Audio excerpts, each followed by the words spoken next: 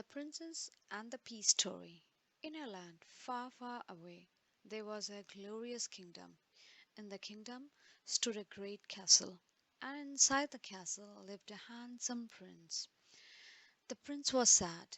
He longed for a true princess to share his castle and kingdom, but he could not find one. This was not because there was a lack of princesses. In fact, the kingdom was full of fair maidens, all claiming to the princesses. The prince scoured the kingdom, meeting every one of these so called princesses, but he returned sad and empty handed. It is impossible to tell whether these are true princesses, he said to his father, the king. You must be patient, my son. You will know when you know, said the king with a knowing smile. The prince smiled back, then went to his chamber. That evening a huge storm came. Thunder clapped, lightning flashed, and the rain clattered down on the castle roof like the sound of 1,000 horses charging into battle. Suddenly came a loud knock at the castle door. The king put on his robe and opened the door to find a cold, soggy young lady standing in front of him. I am a true princess, she said. Please, can I have some dry clothes and a bed for a night? The king let her in. She said, she is a true princess, said the king to the old queen mother. The queen mother didn't say a word. Instead, she thought to himself, well, soon she about that. She then handed the princess a nightgown and said, put this on while I prepare your chamber.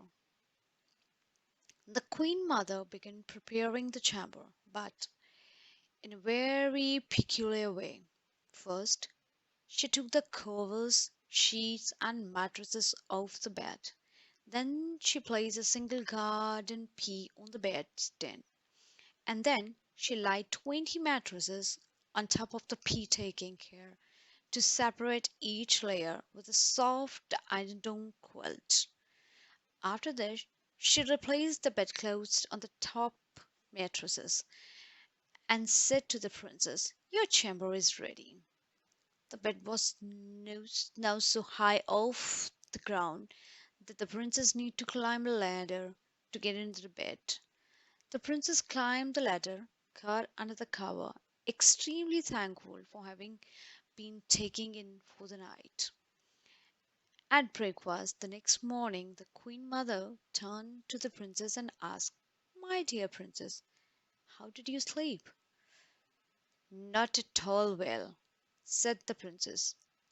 I mean to say, I'm extremely grateful for your kindness in putting me up for the night, but there seems to be something even so hard and uncomfortable under my mattresses.